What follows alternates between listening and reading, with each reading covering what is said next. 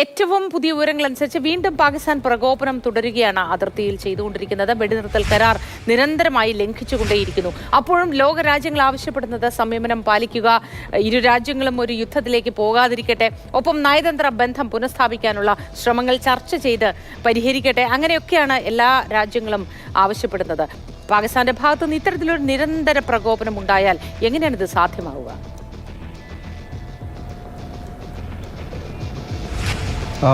സാധ്യമാവുകയില്ല. മാത്രമല്ല അത് കൂടുതൽ സാമ്പത്തികപരമായിട്ടും നയതന്ത്രപരമായിട്ടുള്ള പൂട്ടുകളിലേക്ക് പാകിസ്ഥാനെ കൊണ്ടെത്തിക്കും. കാരണം ഈ ഒരു ഘട്ടത്തിൽ പാകിസ്ഥാൻ്റെ നടപടികളാണ് ഈ തർക്കം ഏത് തരത്തിൽ മാറുമെന്നുള്ള കാര്യം വ്യക്തമാക്കുക. ഇപ്പോൾ പാകിസ്ഥാൻ പ്രകോപനം തുടർന്നുകൊണ്ടിരിക്കുകയാണ്. ഇതേ നടപടി തന്നെ മുന്നോട്ട് പോയി കഴിഞ്ഞാൽ, അതായത് ഇന്ത്യ ഈ ലോകരാജ്യങ്ങൾ ആവശ്യപ്പെടുന്നത് ഇരു രാജ്യങ്ങളും സംയമനം പാലിക്കണം, പ്രകോപനങ്ങൾ പാടില്ല, തർക്കങ്ങൾ ചർച്ചയിലൂടെ പരിഹരിക്കണമെന്നാണ്. പക്ഷേ പാകിസ്ഥാനാണ് അതിപ്പോൾ അനുസരിക്കാതെ ഇരിക്കുന്നത്. ഈ ഒരു ഘട്ടത്തിൽ ലോകരാജ്യങ്ങൾക്ക് മുന്നിൽ പാകിസ്ഥാൻ്റെ കാര്യം കൂടുതൽ പരുങ്ങലിലാവും. പ്രത്യേകിച്ചും വലിയ സമ്മർദ്ദം ഇതിനോടകം തന്നെ അവർക്ക് മുകളിലുണ്ട്, തിരിച്ചടിക്കാതിരിക്കാനായിട്ട്. ഈ ഒരു ഓപ്പറേഷൻ സിന്ദൂറിന് മറുപടിയായി അവരുടെ ഭാഗത്തു നിന്നും ബുദ്ധിമോശം ഉണ്ടാകാതിരിക്കാൻ വേണ്ടിയിട്ടുള്ള സമ്മർദ്ദം ലോകരാജ്യങ്ങളുടെ ഭാഗത്തു നിന്നും ഇതിനോടകം പാകിസ്ഥാന് മീതെയുണ്ട്.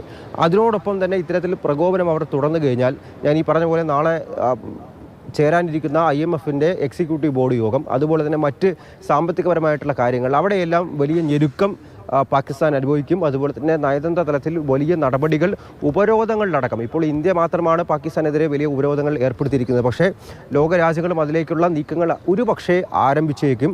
ഇപ്പോൾ തന്നെ ഈ ഇറക്കുമതിയും ചരക്ക് നീക്കവും അടക്കം ഇന്ത്യ നിരോധിച്ച ഒരു സാഹചര്യത്തിൽ മറ്റ് രാജ്യങ്ങൾക്ക്, അതായത്